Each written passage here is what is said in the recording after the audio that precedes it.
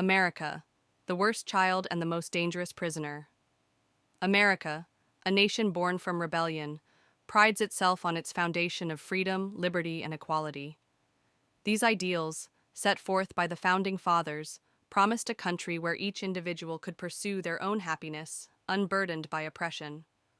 However, from its inception, America's history has been marred by contradictions, by a long-standing pattern of rebellion against its own promises, and by a system that has often failed its own people. America may have declared itself free, but in many ways, it became the worst child, one that could never conform to its own values, constantly testing the boundaries of its identity, and refusing to live up to the ideals it espoused. This rebellious nature can be traced back to the birth of the nation.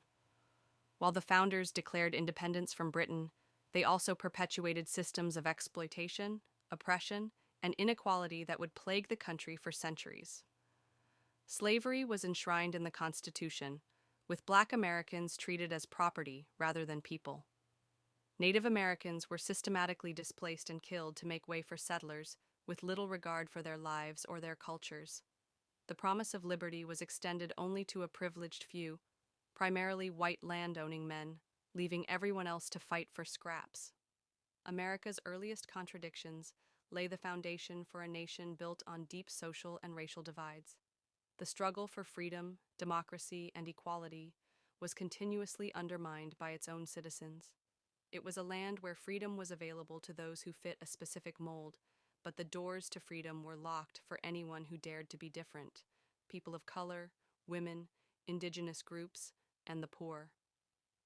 These contradictions didn't just fade away, they festered, creating an undercurrent of unrest that would bubble to the surface time and time again. In the years following independence, America's rebellious spirit grew. The country was rife with protests, uprisings, and civil wars, all driven by the discontent of marginalized groups. The Civil War, fought over the issue of slavery, was one of the nation's most defining moments. It was a war that shattered the ideal of unity, exposing the rift between the ideals of freedom and the brutal reality of slavery. The war ended with the defeat of the Confederacy, but it did not end the struggle for racial equality. The Reconstruction period, which aimed to rebuild the South and extend rights to Black Americans, was short-lived. Southern states quickly implemented Jim Crow laws to reestablish racial segregation, disenfranchising Black citizens and cementing white supremacy. America's failure to address these contradictions, the failure to live up to its promises of freedom and equality, set the stage for decades of injustice. The social unrest of the 1960s, spurred by the civil rights movement, reflected a nation once again grappling with its own demons.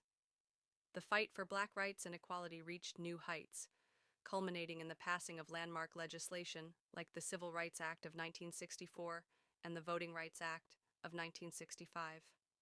But these victories were only partial, and they came at a high cost: protests, violence, and the assassination of civil rights leaders.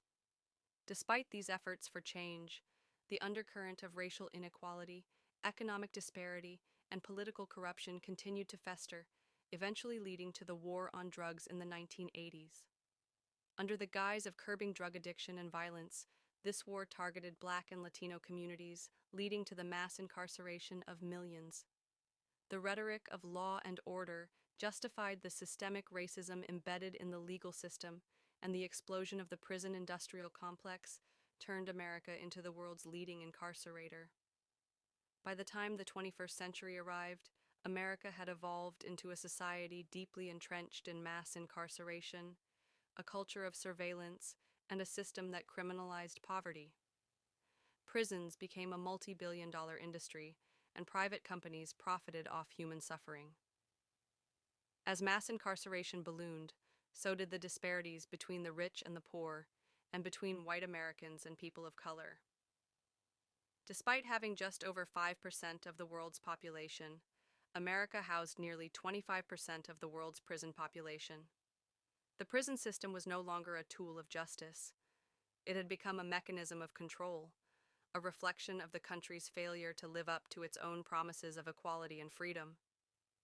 The war on drugs, the criminal justice system, and the endless cycle of poverty, racial inequality, and political corruption created a system where millions of Americans lived behind bars, their lives permanently altered by the weight of institutionalized injustice.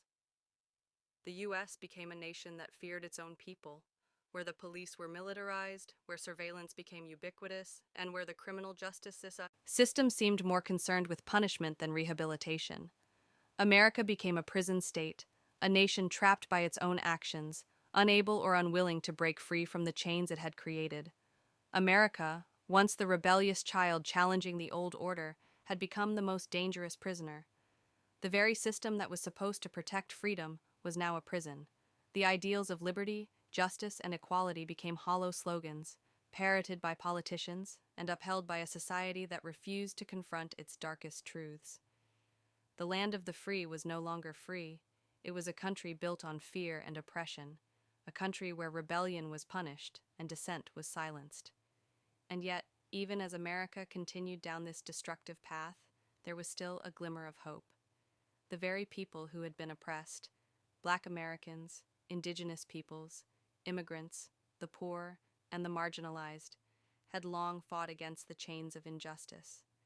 The civil rights movements of the 20th century, the protests against police brutality, the advocacy for prisoners' rights, and the calls for systemic reform were all part of the ongoing struggle for true freedom. The people had not given up. They had not forgotten the promises of liberty. They had not accepted the prison that America had built for them. But the question remains, can America ever break free from the prison it has created for itself? Can it overcome the cycles of rebellion and punishment, of fear and control? Can it confront its past and rebuild a system that truly reflects the ideals it was founded upon?